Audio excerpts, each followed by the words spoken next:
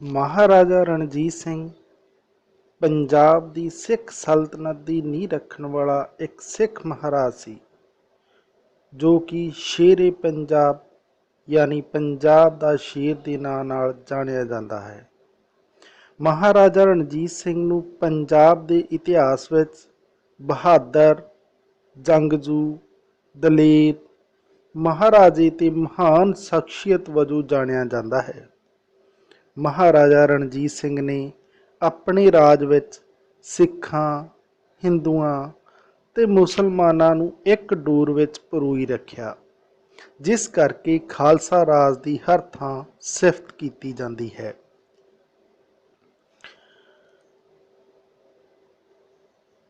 ਸ਼ੇਰੇ ਪੰਜਾਬ, ਲਾਹੌਰ ਦਾ ਮਹਾਰਾਜਾ, ਸਰਕਾਰੀ ਖਾਲਸਾ, ਪੂਰਬ ਦਾ ਨੈਪੋਲੀਅਨ, ਪੰਜ ਦਰਿਆਵਾਂ ਦਾ ਮਾਲਕ, ਹੋਰ ਪਤਾ ਨਹੀਂ ਕੀ ਨਾਵਾਂ ਨਾਲ ਮਹਾਰਾਜਾ ਰਣਜੀਤ ਸਿੰਘ ਨੂੰ ਲੋਕ ਸਤਿਕਾਰਦੇ ਤੇ ਬੁਲਾਉਂਦੇ ਸਨ।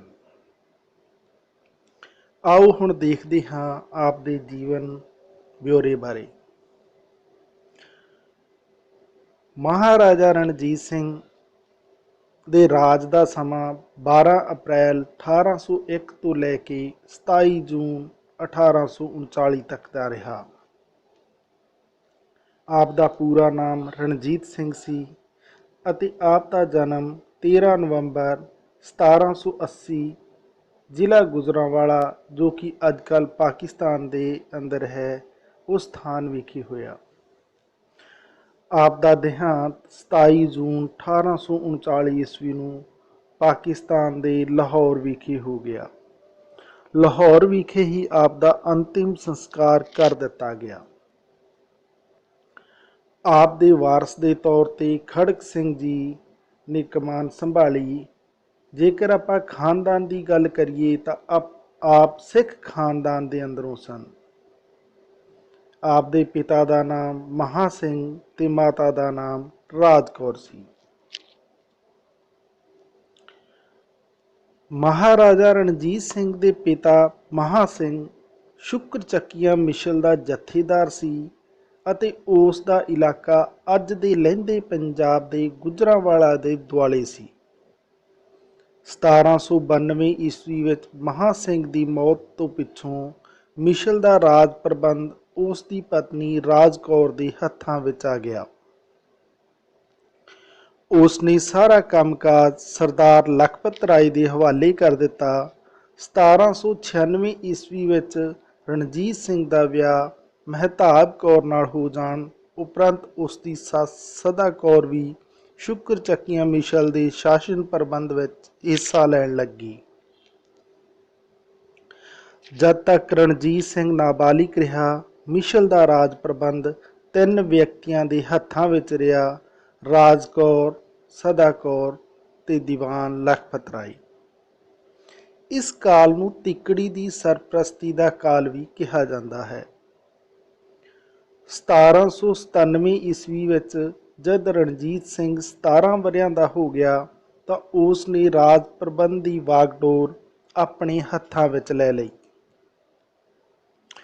ਉਸ ਨੇ ਕਈ ਮੁਹਿੰਮਾਂ ਨਾਲ ਸਿੱਖ ਮਿਸ਼ਲਾਂ ਨੂੰ ਇੱਕ ਖੇਤਰ ਦੇ ਰੂਪ ਵਿੱਚ ਇਕੱਠਾ ਕੀਤਾ ਅਤੇ 12 ਅਪ੍ਰੈਲ 1801, ਜੋ ਕਿ ਵਿਸਾਖੀ ਵਾਲਾ ਦਿਨ ਸੀ, ਨੂੰ ਮਹਾਰਾਜੇ ਦੇ ਤਖਤ ਨਸ਼ੀਨ ਹੋ ਕੇ ਲਾਹੌਰ ਨੂੰ ਆਪਣੀ ਰਾਜਧਾਨੀ ਬਣਾ ਲਿਆ।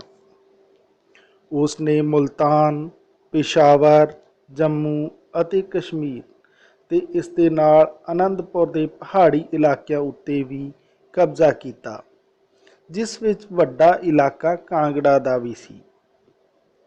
1802 ਵਿੱਚ ਉਸ ਨੇ ਪਵਿੱਤਰ ਸ਼ਹਿਰ ਅੰਮ੍ਰਿਤਸਰ ਨੂੰ ਆਪਣੇ ਰਾਜ ਵਿੱਚ ਜੋੜ ਲਿਆ ਅਤੇ ਸਿੱਖਾਂ ਦੇ ਪਵਿੱਤਰ ਗੁਰਦੁਆਰੇ ਹਰਿਮੰਦਰ ਸਾਹਿਬ ਦੀ ਸੰਗਮਰਮਰ ਅਤੇ ਸੋਨੇ ਨਾਲ ਸੇਵਾ ਕਰਵਾਈ, ਜਿਸ ਕਰਕੇ ਉਸ ਦਾ ਨਾਂ ਸੁਨਹਿਰੀ ਮੰਦਰ ਯਾਨੀ ਗੋਲਡਨ ਟੈਂਪਲ ਪੈ ਗਿਆ। ਉਸ ਨੇ ਆਪਣੀ ਫੌਜ ਦਾ ਆਧੁਨਿਕੀਕਰਨ ਕੀਤਾ, ਜਿਸ ਲਈ ਉਸ ਨੇ ਯੂਰਪੀ ਅਫਸਰ ਨੂੰ ਭਰਤੀ ਕੀਤਾ।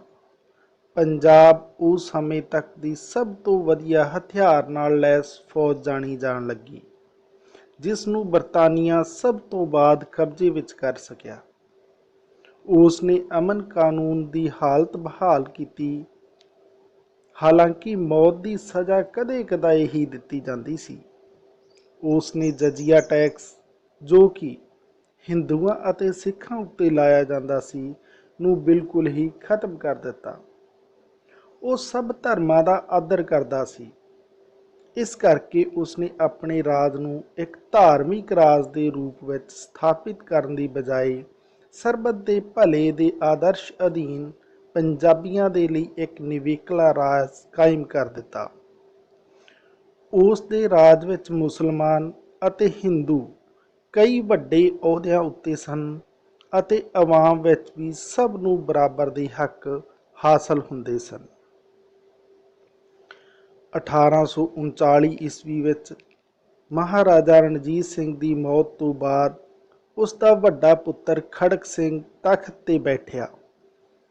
पर सिंह की मौत तो बाद राज खिंडना शुरू हो गया। उस तो बाद बरतानिया ने उसके सब तो छोटे पुत्र दलीप सिंह ਨੂੰ सिर्फ नाम ਦਾ ही राजा बना दिता ਅਤੇ अखीर 1849 ईस्वी ਵਿੱਚ पंजाब के उपर कब्जा हो गया। 1853 ईस्वी ਵਿੱਚ अंग्रेज़ों ने दलीप सिंह का धर्म परिवर्तन करके उसनू ईसाई बना दिता। उसका केस कतल गिरजाघर फतेहगढ़ उत्तर प्रदेश ਵਿੱਚ कर दिता। 23 अक्तूबर 1893 ਨੂੰ विदेश ਵਿੱਚ उसका देहांत हो गया। महाराजा रणजीत सिंह की समाधि लਹਿੰਦੇ पंजाब ਵਿੱਚ लाहौर ਵਿੱਚ गुरुद्वारा डेरा साहब के कोल बनी हुई है।